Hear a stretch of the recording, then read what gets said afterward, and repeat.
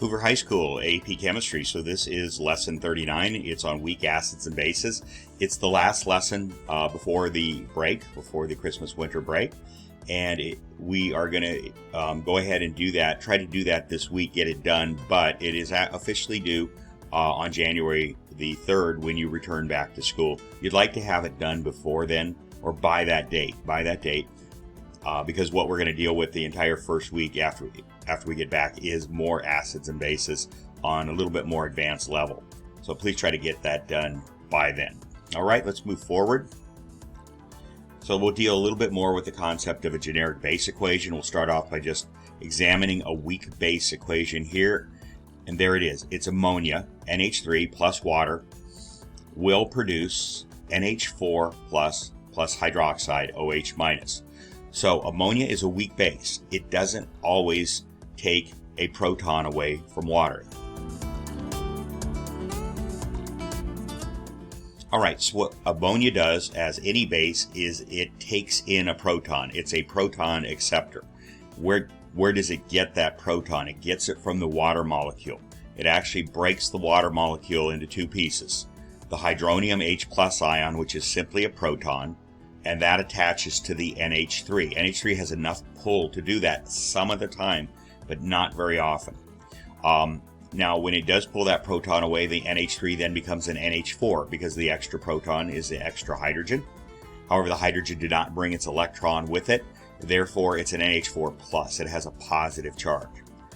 The hydronium ion left its electron behind on the water molecule, and now without that proton, the water molecule becomes a hydroxide, OH minus.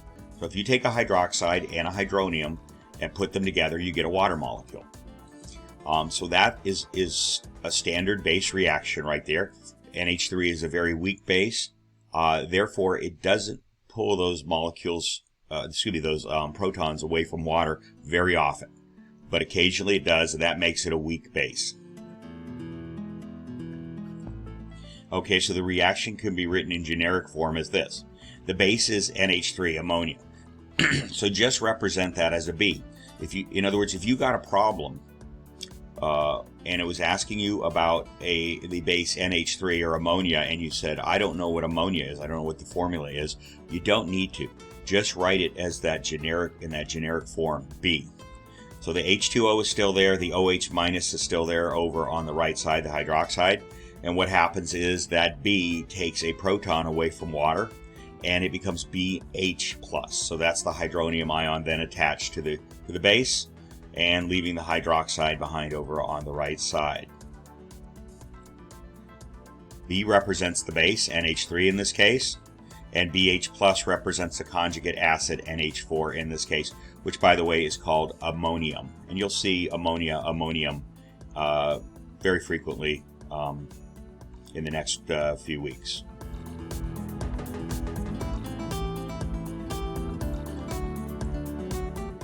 All right, so here is a conjugate base of a weak acid, such as acetic acid. Now, what you see is that does act as a base. That negative charge on the acetate ion, which is CH3COO-, has a negative charge, so it can attract a proton. It's a weak base. It doesn't do it a lot, but it can do it and does it in water solution. So it's going to do the same thing as ammonia did. You can write this reaction a little bit differently, though. So the generic reaction, instead of being B, would be A-. That indicates that it's a conjugate base, not a natural base. So it's the conjugate base of acetic acid. You put that in water, and it's a reversible reaction. So that acetic acid can release that H+ on it and to water, and produce the acetate, the CH3COOH, or the reaction can go in the other direction. The acetate can accept an H+, a hydronium from water, and then it becomes acetic acid again. So instead of representing the acetate ion as a B, it can be represented as an A-. You put it in water, it attracts a hydronium ion, and now it's neutralized, and it becomes HA. That's just the acetate plus that proton. And of course, again, it leaves behind a hydroxide, which is the definition of what a base does. Okay, A- is the acetate ion, which can attract a proton and acts as a base. All right, Ka and Kb values. Ka is called the acid dissociation constant, and Kb is called the base dissociation constant. What they are is equilibrium constants for either an acid or a base reaction, depending on which type of reaction it is. Remember that weak acids and bases don't completely dissociate or associate in the case of a base. They go halfway. They stay halfway. They're not 100%. So an acid, for example, weak acid will give away some of its protons, but not all of them. That puts it in an equilibrium situation where it can give away proton, and then the conjugate base of that acid can take back a proton. So therefore, it's a reversible reaction and requires an equilibrium constant, and that is the name of those constants. So acid and base dissociation constants are the equilibrium constants for acid and base reactions. Acid and base dissociation constants give the intrinsic strength of an acid and base. Intrinsic means the concentration and other factors being equal. So if we have equal amounts, for example, of a strong acid, hydrochloric acid, let's say 1 molar concentration, and 1 molar concentration of a weak acid, let's say formic acid, then given equal amounts, the strong acid will produce more hydronium ions in the solution.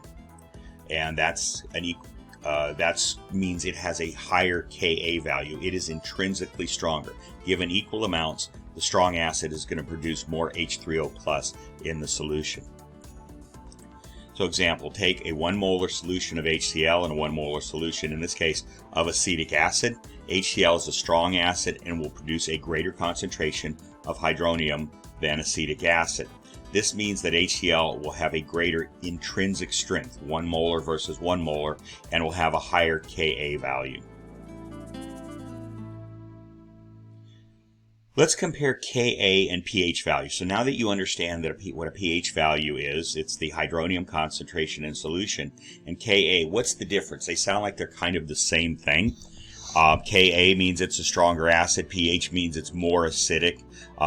Remember, though, it's lower pH is more acidic, but nevertheless, it's the pH value number that will tell you how acidic a solution is. So what's the difference between the two? So let me give you a little example here. So how do Ka and pH values compare? Let's say a 6th grader can lift 5 boxes of skateboards up onto a shelf. And a 12th grader can lift 10 boxes of skateboards up onto a shelf. These represent the intrinsic strength of a 6th grader and a 12th grader. In other words, one 6th grader versus one 12th grader, how strong are they? How many skateboards can they lift? And so in this case, the 12th grader would be intrinsically stronger. This is comparable to the Ka value of an acid. It compares equal amounts. Okay, now if I ask the question, which can lift more skateboards, 6th graders or 12th graders? Now you need to know how many 6th graders and how many 12th graders. So if we have 18 6th graders, they will be able to place more skateboards onto the shelf than 2 12th graders. So even though the 12th graders are intrinsically stronger, you can increase the overall strength of 6th graders by having more of them. That represents how pH works. So pH depends both on, 1, the intrinsic strength of the acid, Ka, and 2, the amount, how much of the acid measured in molar concentration that you have. So that's the difference between Ka and pH. Ka refers just to the acid itself. pH refers to the overall solution, the acid mixed in water. How many hydroniums do you end up mixed in water? And it takes into account how much of the acid you use. So again, a lot of a strong acid could produce more hydronium ions in the solution, a more acidic solution, than just a little bit of a strong acid. So that's how you distinguish between what these two terms mean. So summary, Ka is a characteristic of the acid. The Ka value indicates which acid is stronger if you have equal amounts, molar concentrations. High Ka represents a stronger acid because the H plus ions dissociate more. Remember what a K value is in equilibrium. It means it goes more from reactants to products than a low value. It goes more from left to right than a low value of Ka. So Ka will be a stronger acid. Higher Ka will be a stronger acid.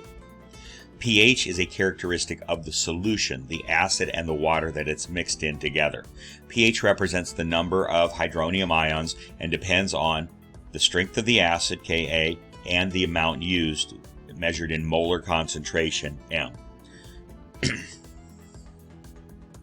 Low pH represents a more acidic solution, more H plus in solution. The same comparison applies to bases for pOH and molar concentrations of hydroxide ions.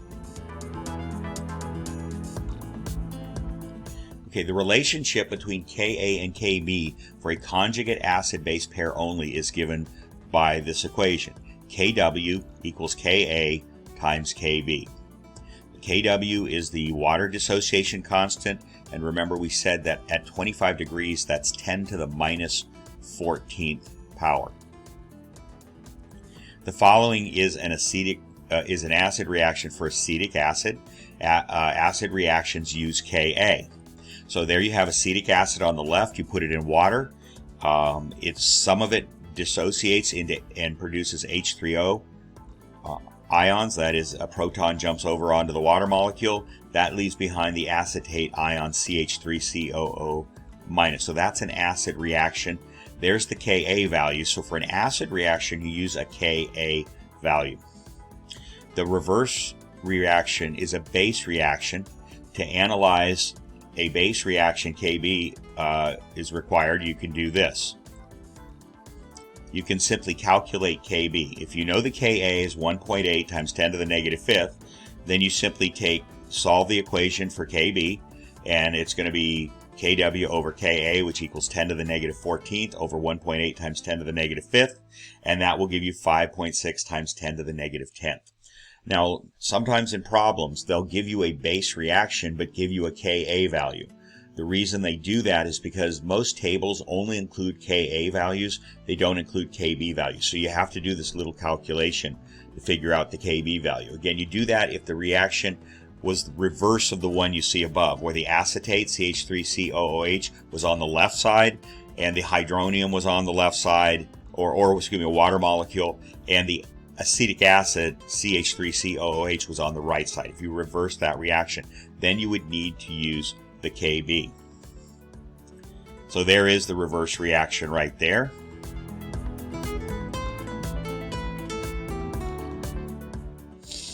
And so you use the Kb for that reaction. If analyzing base reactions and given a Ka, you must convert to Kb.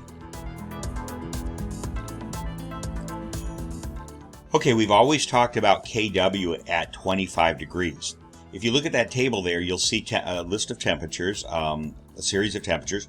If you look at 25, you'll see that it is 1.0 times 10 to the negative 14th. That's what we've said it is. We usually just say 10 to the negative 14th, but that's the value. But what if it's a different temperature? The value of Kw increases with increasing temperature.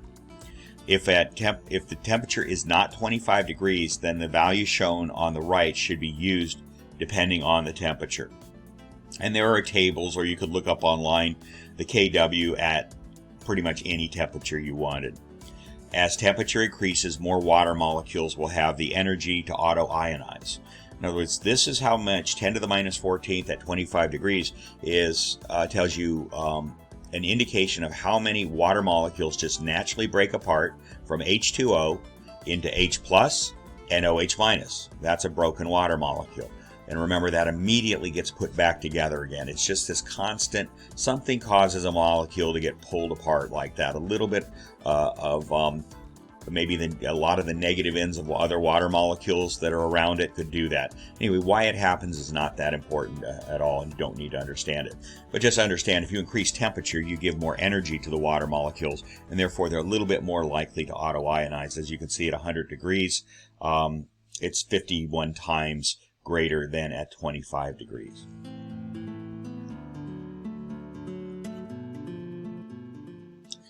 Okay, now we're going to start working with some ice tables and some weak acid and base reactions. First, we're going to start with a strong acid reaction in an ice table. So we will set up a rice table, called either one, ice table, rice table. I switch back and forth when I say it. For the strong acid, HCl is 0.4 molar concentration. So what goes into a rice table or ice table is the concentrations in a molarity. Okay, so it starts us off with an initial concentration for hydrochloric acid of 0.4 molar. You never include water in equilibrium calculations. Pure liquids and pure solids are not included. And we won't go into the why that is. It's just a fact to remember about doing these problems. Okay, you start off with no hydronium and with no chloride ions there. Now what you're going to do is what we know about a strong acid, which hydrochloric acid is, it's going to 100% dissociate. So minus X, but we know what the X is. Plus X for the hydronium and plus X for the chloride. Remember, the coefficient in front of the X is whatever the coefficient is in front of HCl, H3O plus, or Cl minus. And the nice thing about acid-base reactions is those are almost always 1, but not always. I won't say always, but almost always 1. Therefore, you have minus X plus X plus X. But now we know how much is going to dissociate, all of it. You're going to end up at the end of this problem with no hydrochloric acid. It's going to totally break up into H3O plus and Cl minus. So you're going to, if you started with 4 molar of HCl, that will all disappear. It will all be used. It's going to turn into 0.4 molar of H3O plus and 0.4 molar of Cl minus. And therefore at equilibrium, and there's no equilibrium here, it's a complete reaction from left to right. You don't refer to that as equilibrium. You're going to end up with no HCl, 0.4 molar of H3O plus, and 0.4 molar of Cl minus. So that's why if you read this problem initially and see that it's hydrochloric acid, 0.4 molar, you don't even need to do the ice table. You know at the end, as soon as it hits the water, all that HCl is going to be gone. And what you're going to have is the same number of molar of H3O plus and Cl minus, which is 0.4 molar. So you don't even need to do the ice table. You just know that by the fact that it's a strong acid.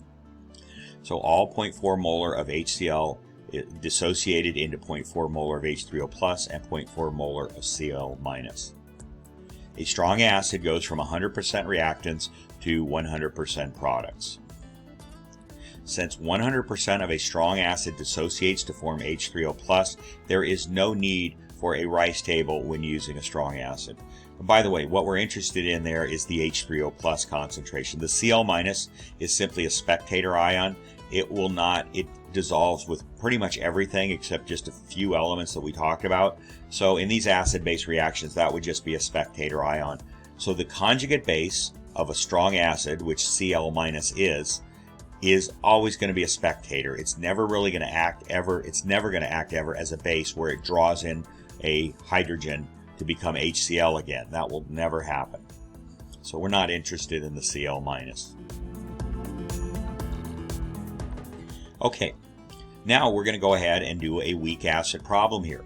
So we will set up a rice table for the weak acid, acetic acid of 2.1 molar concentration, and there you're given a Ka.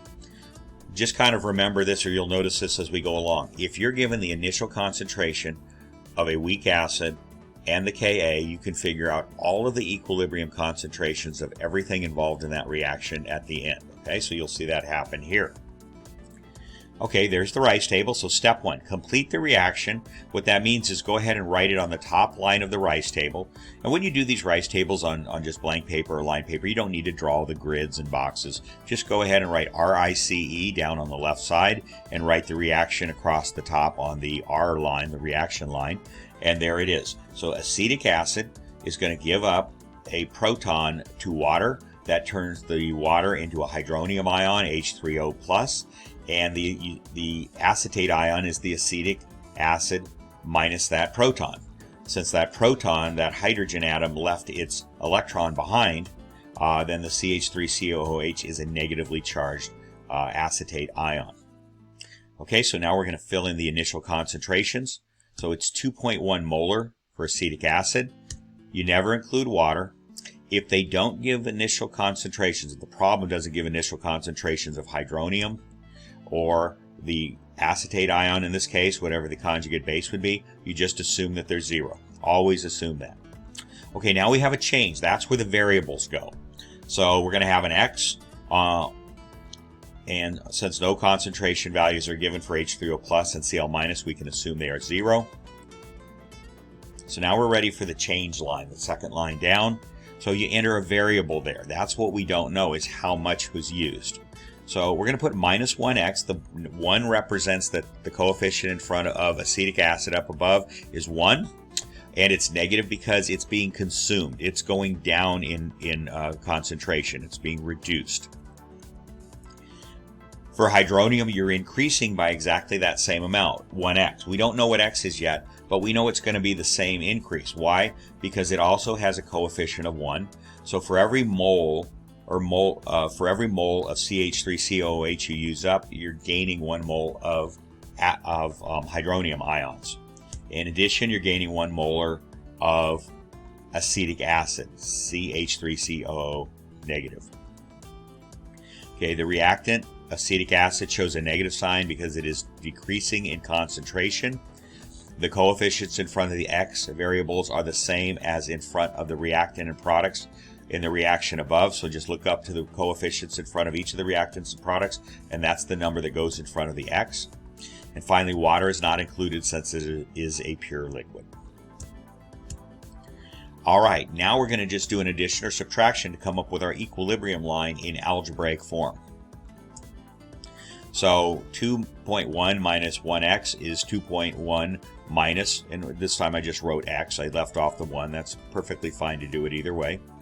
0 plus x gives you x, and 0 plus x gives you x. Okay, so now we're ready to move on to the next step. We've completed the Rice table. It's completely filled in. Now we're ready to go to the law of mass action, which is with the acid dissociation constant, which is what allows us to tie all these expressions together and figure out what x is. Okay, so write the law of mass action, which is just the equilibrium equation for the reaction. There it is. So be sure you understand how that was written. The products over on the right side go on top. The reactant on the bottom, CH3COOH, acetic acid, is on the bottom. And remember, there are exponents. The exponents are whatever the coefficients are in front of each of those reactants or products. Since they're all 1, you don't need to write them here. But don't forget the exponents are there.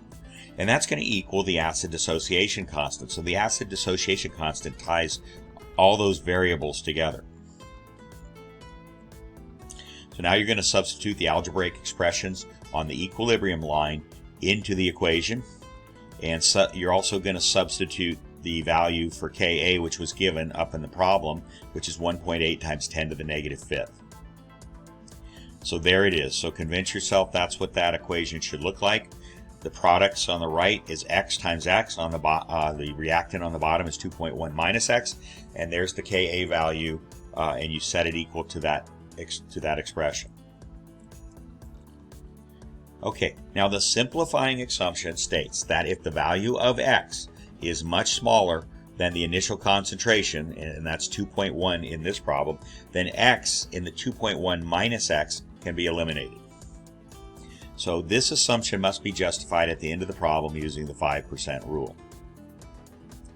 Alright, so when you look at that equation, if 2.1 is much larger than x, you can just forget about the x. If I said 1,000,000 plus 1, that would be 1,000,001. Well, 1 is so much smaller than 1,000,000 that you could just say that's about 1,000,000. You would have to go out to 7 significant figures to even find that 1.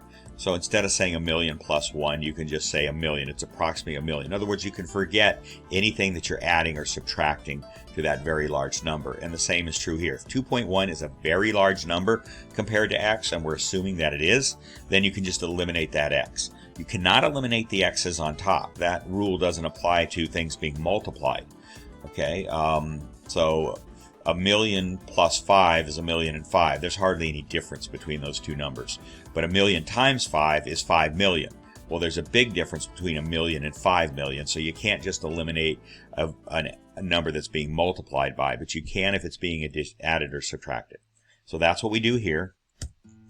And there it is. It's the same equation except that x on the bottom is gone. So now what you've done by doing that is you've avoided having to solve a quadratic formula problem, ax squared plus bx plus c type of problem, by plugging numbers in the quadratic formula.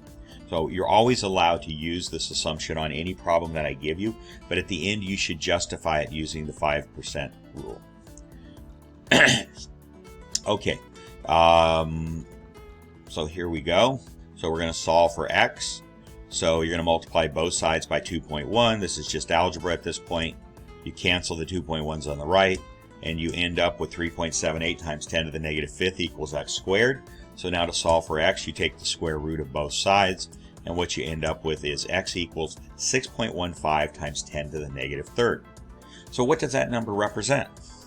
Well, in the case of this problem, it represents go back to the Rice table, the equilibrium line. X represents the hydronium concentration. So the hydronium concentration is 6.15 times 10 to the negative third, and that should be molar. It's a concentration in molarity, moles per liter. Also, the acetate ion, the CH3COOH, its equilibrium variable is also X, so that means it's also the concentration of the acetate ion.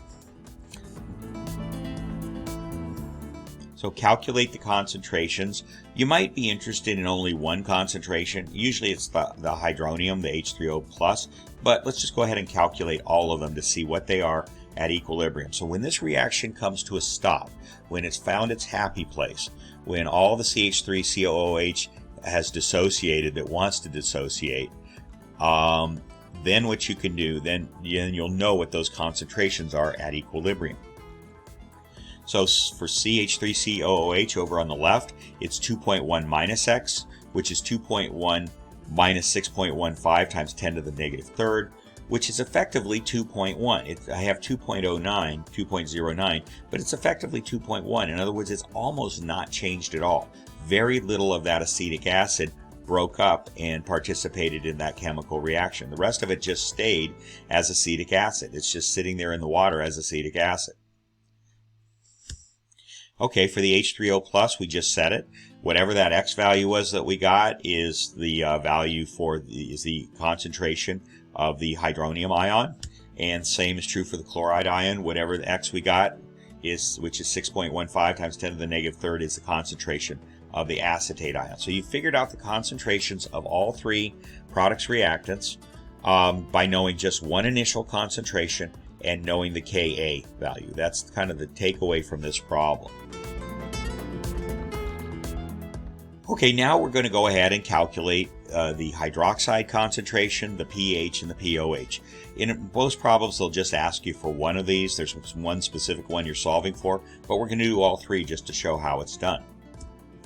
So for OH, OH is H3O+ times OH minus equals 10 to the negative 14th. That's the formula we had for the dissociation of water. It's OH, it's hydroxide times hydronium equals 10 to the negative 14th. Again, we're assuming 25 degrees. So now you solve for OH, and you have 10 to the negative 14th over 6.15 times 10 to the negative third, and you solve that, and you get the OH concentration is going to be 1.6 times 10 to the negative 12th, and that again is molar. It's a concentration. Okay, how about pH? Well, pH, and you get this off your acid-base roadmap, you should have a copy of that in front of you whenever you do these problems, is negative log of the hydronium concentration. So that's negative log of, we came up with that, it was 6.15 times 10 to the negative third, and that'll give you 2.2. So that solution is going to have a 2.2 pH. 2.2 is a pretty strong weak acid. You get into strong acids when you're at about 1.5 and below, all the way down to 0. Those are the strong acids. This is a pretty strong weak acid, though, to have a pH of 2.2. Now, if you want to know the pOH, you can go ahead and calculate that. Again, these formulas are on your acid-base roadmap. So pH, pOH plus pH gives you 14. Well, we know the pH, we just figured it out. So 14 minus 2.2, the pH will give us the pOH, which is 11.8. And That's everything that you can figure out from just knowing an initial concentration and a Ka value. Without the Ka value, you can't do any of this. Okay, now we're going to talk about the common ion effect. This is something they very likely could test you on the AP. It is kind of an advanced concept. So let's go ahead and look at this. The previous reaction looked at the equilibrium reaction of acetic acid in pure water and produced acetate ions. Okay, so that's what we just did. But what if there was some of the acetate ion, CH3COO-, in solution before the acetic acid was placed in the vessel? That is where you're doing the reaction, according to the reaction. Well, let me say, you don't necessarily have to place these acetate ions before. It could be during, at the same time, or after, because you're going to reach the same equilibrium in this problem no matter what went in first, what went in second. Okay, so there's the formula that we just dealt with. And now what we're saying is what's in red there, we're placing some extra into the solution. What that's going to do is change the equilibrium. So what that does is, if you remember from Le Chatelier's principle, everybody's in balance, everybody's happy. Now all of a sudden you put some extra acetate ion in there. What that's going to do, the reaction's going to say, hey, I've got too much acetate. I don't want this much acetate. So it's going to move backwards from right to left and start producing CH3COOH, acetic acid. So it can reduce its acetate concentration, because that's where the acetic acid is going to come from, is the acetate gaining a proton to become acetic acid.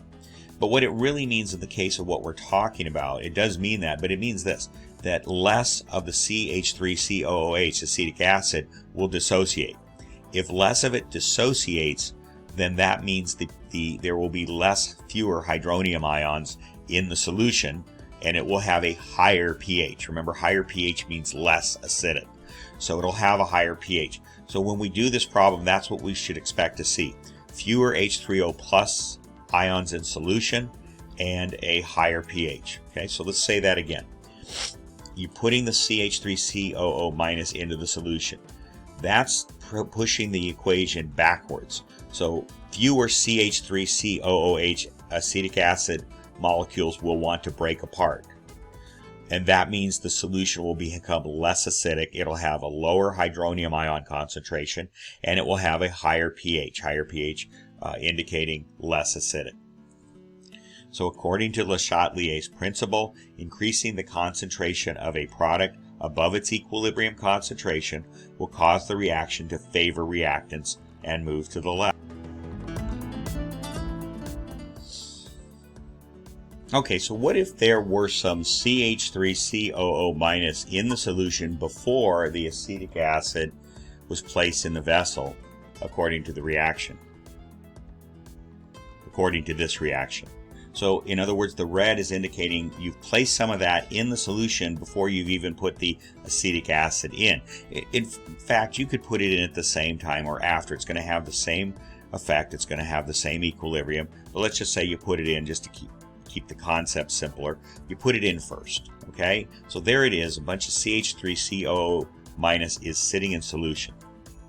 It's going to push backwards because there's more of that in solution than the equilibrium wants. So what it's going to do is those acetate ions are going to grab a proton and turn back into acetic acid, CH3COOH. So that's going to favor the reactants. It's going to move from right to left.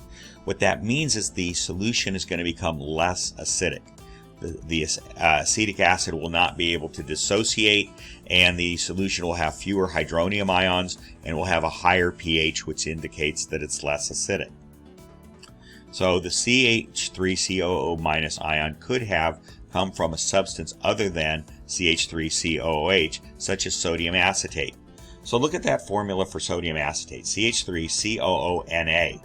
Instead of putting a positively charged proton there to make it acetic acid, the H, you can take some other substance that has a positive charge. And we learned back when we were studying ionic bonds that sodium, which is in the first column of the periodic table, could be that substance. It has a positive charge. It likes to give up electrons, has low ionization energy. It easily gives up electron, so it can be like the nearest noble gas. So that's what can happen here. You can take that Na, that sodium ion, and attach it to the end of that acetate ion, and now you have a neutralized substance. It's neither positively or negatively charged. Another characteristic of Na, if you remember from solubility rules, is it totally dissociates with anything that it's attached to. So what does that mean? That means if you put the sodium acetate into water, that sodium is going to break off 100% of the time. And when it does, what does it leave behind? Well, it's a sodium ion, but we don't care about that. What it leaves behind is the acetate ion, CH3COO-, and that's what we're talking about up above, is getting that CH3COO- into solution. So if you were to happen to put 2 molar of sodium acetate into solution, you would end up with 2 molar of acetate ion, CH3COOH. Okay, so that's how that situation could arise, where you have extra acetate ions in the solution. So since CH3COOH and CH3COONA both produce CH3COO- ions, the effect is called the common ion effect. They both have the same ion, and that's the acetate ion. The common ion effect will prevent the CH3COOH from dissociating and will prevent the pH from being lowered. That is, prevent a more acidic solution. In fact, it's actually going to do, as I just said, the opposite. It's going to cause the pH to go up. It's going to be a less acidic solution. So we'll set up a rice table. The problem looks the same as the last problem, except now we're saying that a 2.1 molar concentration of sodium acetate is going to be put in the solution. Notice that the same molarity is being used for the acetic acid and the sodium acetate 2.1. They don't have to be the same numbers, but we just set up this problem so that they would be. You have the same Ka value for acetic acid that you had in the last problem, 1.8 times 10 to the negative fifth. So there's the rice table. Determine the concentration of CH3COOH produced from the acetate. So here's a first rice table. We're going to have 2 rice tables in this problem. So first we put in 2.1 molar of sodium acetate. Water, we don't use it. And initially we have no sodium ions and no acetate ions. Now, since the Na totally breaks off from the acetate 100%, that means that at the end of the problem, we're not going to write the X's on this because it's like a strong acid in the sense that everything is totally used up on the reactant side. So all of the sodium acetate completely breaks apart. So you're not going to have any of that left. What you are going to have is an equal number of moles of Na plus and an equal number of moles of acetate ions that appear in the solution. So at the end, you have no sodium acetate and you have all sodium ions and acetate ions. Just like chloride in the last problem, we don't care about the sodium. It's not going to recombine with anything in this reaction, and therefore it's just going to sit off to the side and be a spectator. What we're interested in is the acetate concentration, that last column, and that's what we're going to put in the initial concentration for that ion for that compound when we go to the next rice table. So determine the concentration of CH3COO- produced from the sodium acetate. So since Na is completely soluble in water, the molarity of CH3COO- and Na plus are the same, 2.1 molar, as the molarity of the sodium acetate that you started with. Na will not recombine with anything. It is a spectator. It is the concentration of the acetate ion that goes into the rice table, the next rice table that we're going to do. Now we're going to do the rice table for our reaction. What we simply figured out there is what's the initial concentration of acetate ions going to be. So step 2, complete the reaction with the acid donating a proton to water to create H3O+. This reaction begins with an initial concentration of 2.1 molar of acetate. So look how we fill this out. Same as the last problem. Nothing for the hydronium, but now the acetate, we do have a concentration. It's not 0 the way it was in the last problem. You already have some of that acetate in the solution. Now you go ahead and fill out the change line with the variable X.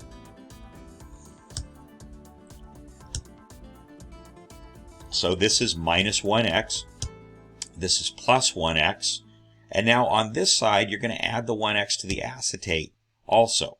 Okay, you're breaking that, whatever breaks up from the acetic acid on the left, you're going to have the same number of moles of hydronium and the same number of moles of the acetate ion. That's the same as in the last problem. Now we're ready to add or subtract those initial and change lines. So for acetic acid, it's 2.1 minus x. For hydronium, it's 0 plus x. And now here's where the difference is from the last problem. For the acetate ion, it's 2.1 plus x.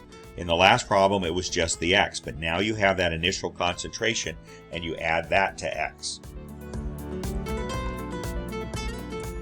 All right, so there's the table. So now we're going to write the law of mass action. There it is. It looks exactly the same as in the last problem. Now we're going to fill it in with those algebraic expressions in the equilibrium line.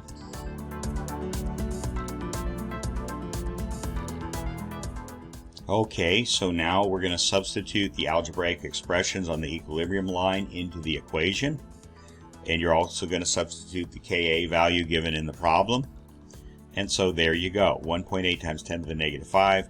Now you'll notice the difference on top. It's not x times x anymore. It's x times 2.1 plus x. So now we're going to go ahead and solve this problem.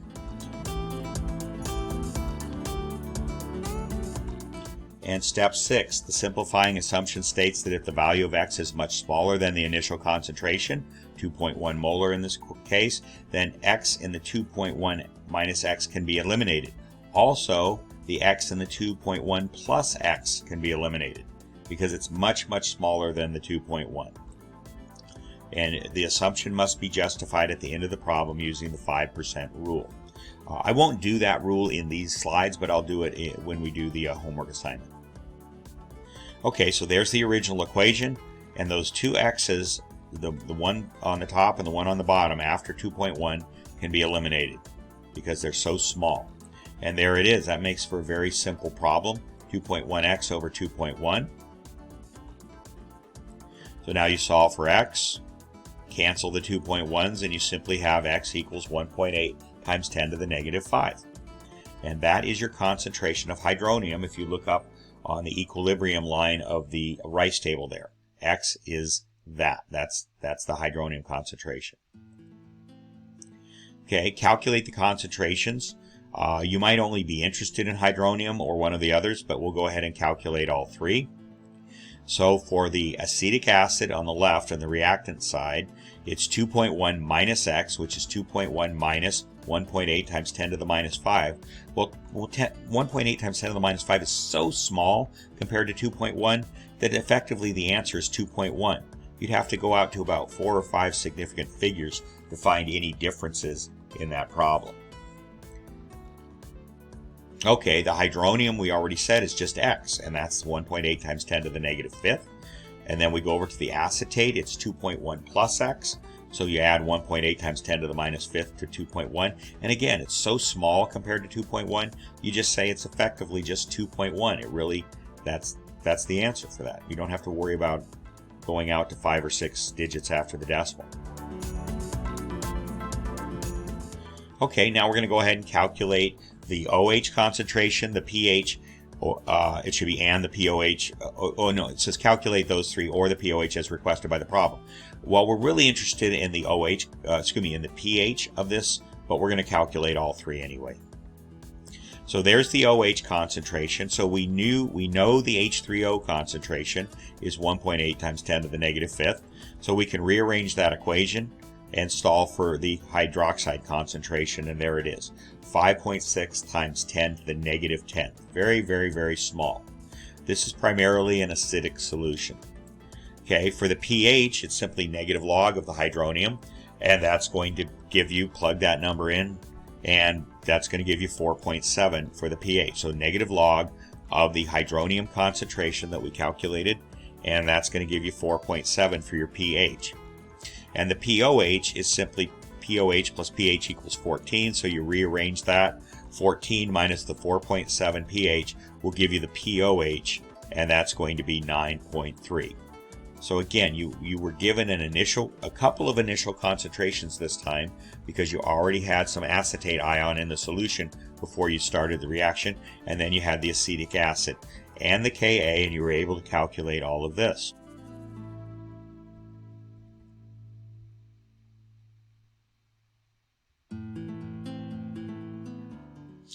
Okay, so let's summarize. The pH when CH3COOH, acetic acid, was reacted in pure water was 2.2. That's a pretty low pH. That means it's a fairly strong weak acid.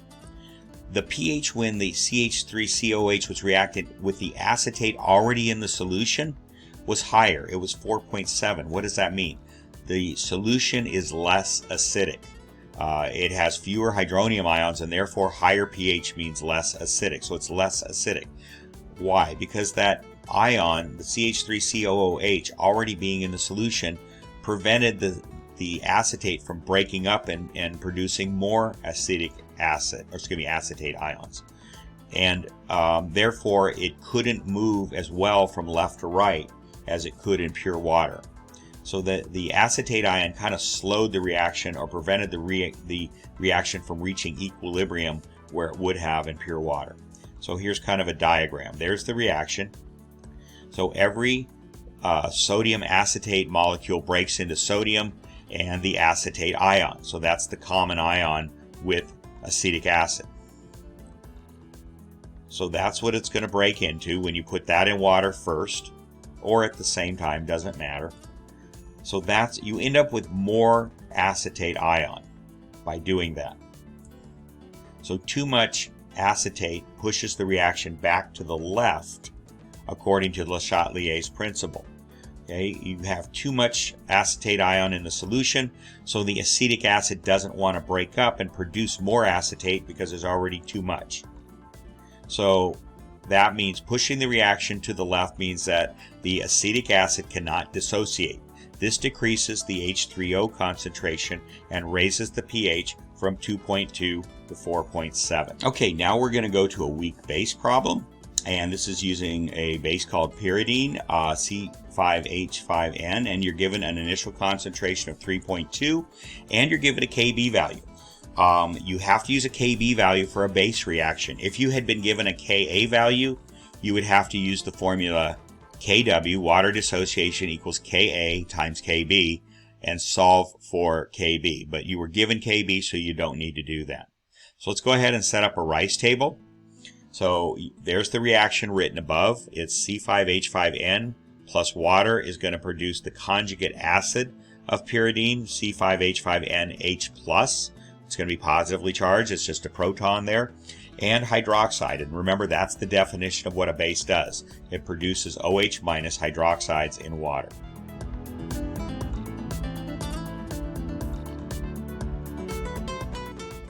Okay, so we put in our the 3.2 molar pyridine, and we don't have any initial concentration of that conjugate acid or of the hydroxide over there. We now go to okay, since no concentrations are given, you assume that those are zeros over on the right. Okay, now we're going to enter the variables, the x's, and the pyridine is going to be decreasing in concentration, so it's minus 1x. The conjugate base is going to be increasing by the same amount, and so is the hydroxide concentration. The reactant C5H5N shows a negative sign because it is decreasing in concentration. The coefficients in front of the x variables are the same as in front of the reactants and products up above in the reaction. And water is not included since it's a pure liquid.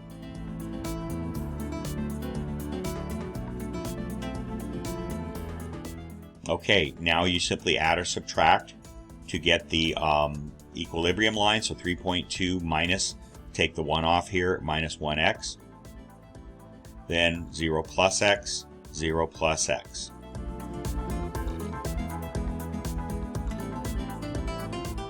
All right, now you write the law of mass action. Okay, if a value, and this is saying what I said earlier, if a value of Ka had been given, you would need to convert it to Kb, the Kb value, using the formula that I mentioned earlier. Okay, so there it is. It's the conjugate acid of pyridine times the hydroxide, and on the bottom you have the pyridine. You have the reactant on the bottom. All the exponents are 1 because all the coefficients are 1. There are exponents there, but you don't write them because they're all 1s.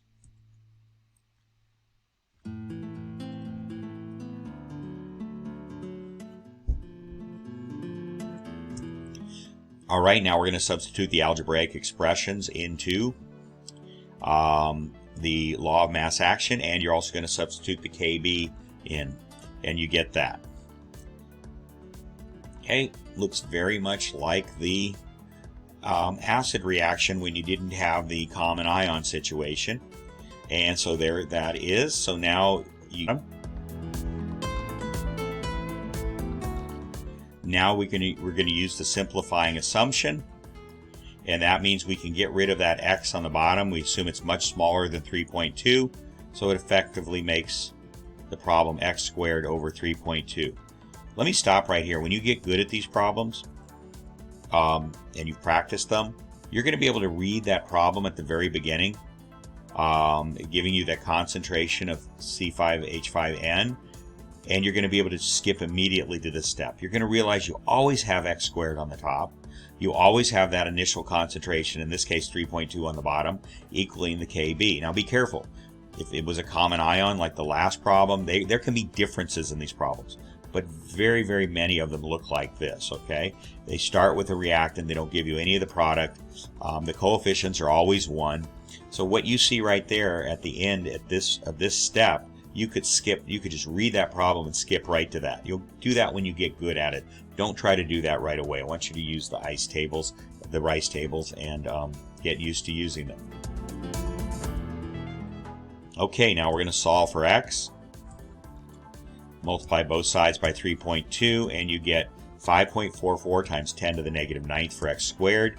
You take the square root of that, and you get x equals 7.38 times 10 to the negative 5th. Okay, it's a very small number. Very, very small. All right? So x represents the OH concentration here of 7.38 times 10 to the negative 5th. So all you do is, wherever you see x's on the equilibrium line, that will be the concentrations of those reactants and products once you do the math.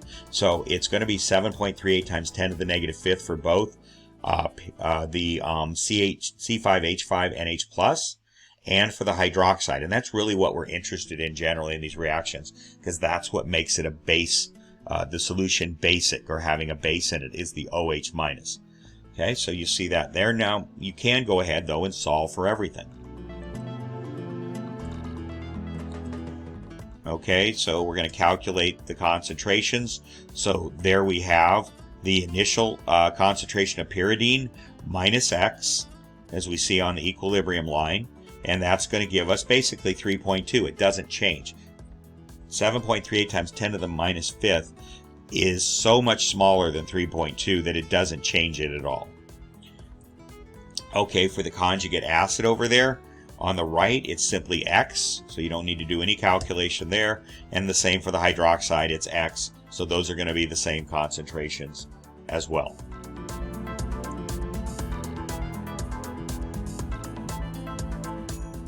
All right, so now we're going to calculate the hydronium ion concentration. We know that OH minus is 7.38 times 10 to the minus 5th. So you use this equation, you solve for H3O plus, and you get 1.4 times 10 to the negative 10th. So essentially it's a basic solution. It's not acidic. So its H3O plus concentration is extremely small. Okay, for pH, you simply take the negative log of the hydronium that you just calculated, and that's 1.4 times 10 to the negative 10th, and that gives you 9.9 for pH. Remember, above 7 is a basic solution, is a base solution. So you're well above 7 there, 9.9. And the pOH is simply 14 minus the pH. So that's going to be 14 minus 9.9 is 4.1 for the pOH.